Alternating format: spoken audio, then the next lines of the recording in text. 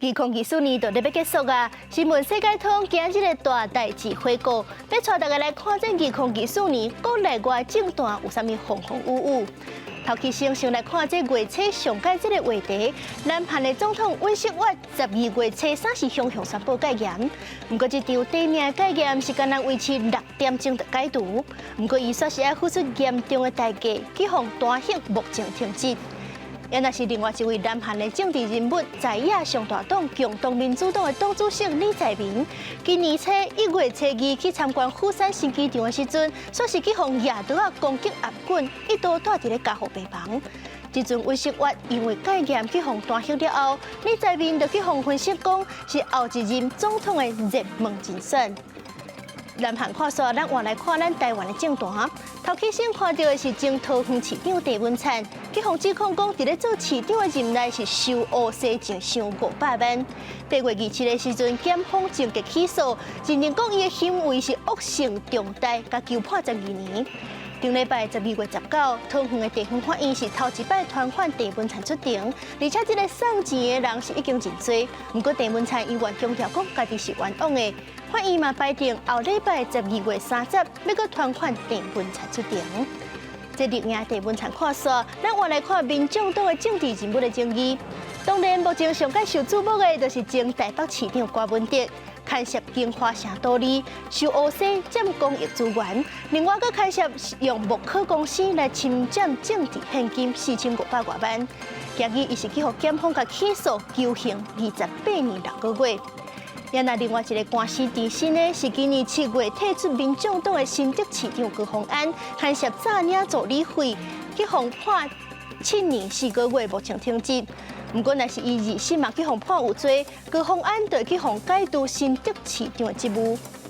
上尾咱来看哪样？立委同款刑，伊嘛是同款牵涉诈领助理费，不过还佫有一寡厝替假买卖争议。1审是去互判8年4个月。不过因为这个案件是无牵涉贿选，所以讲伊目前立委的职位是无受到影响。也若是后礼拜会有上新进展的，就是宜兰县长林祖标牵涉贪污洗钱案件，检方是甲求刑20年，12月31日宣判。包含咱头拄则讲到的，咱的国内外政坛又有啥物争议？咱做伙来看详细报道。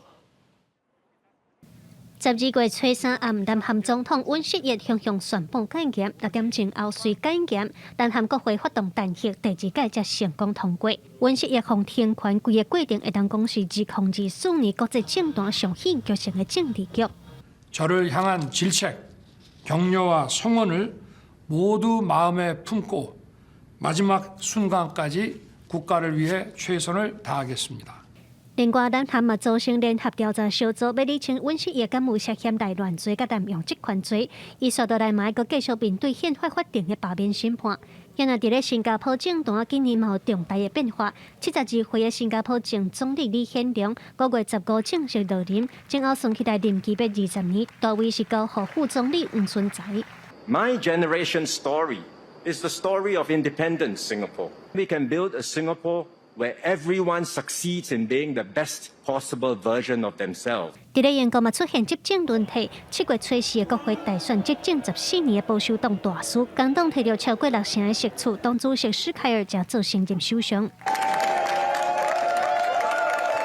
也若伫咱台湾政坛年初的选举结果，执政党毋是国会多数，无完全执政之下，政坛并无稳定，加上那日要三党小连续逼出贪污弊案。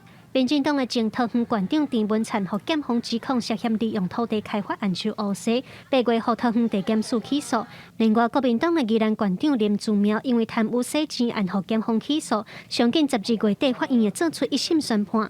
因为民众党的郭文哲因为惊华商弊案、政治现金案，检方日正式起诉，检察官向法院求处28年6个月徒刑，并科5000万罚金，替代公款10年。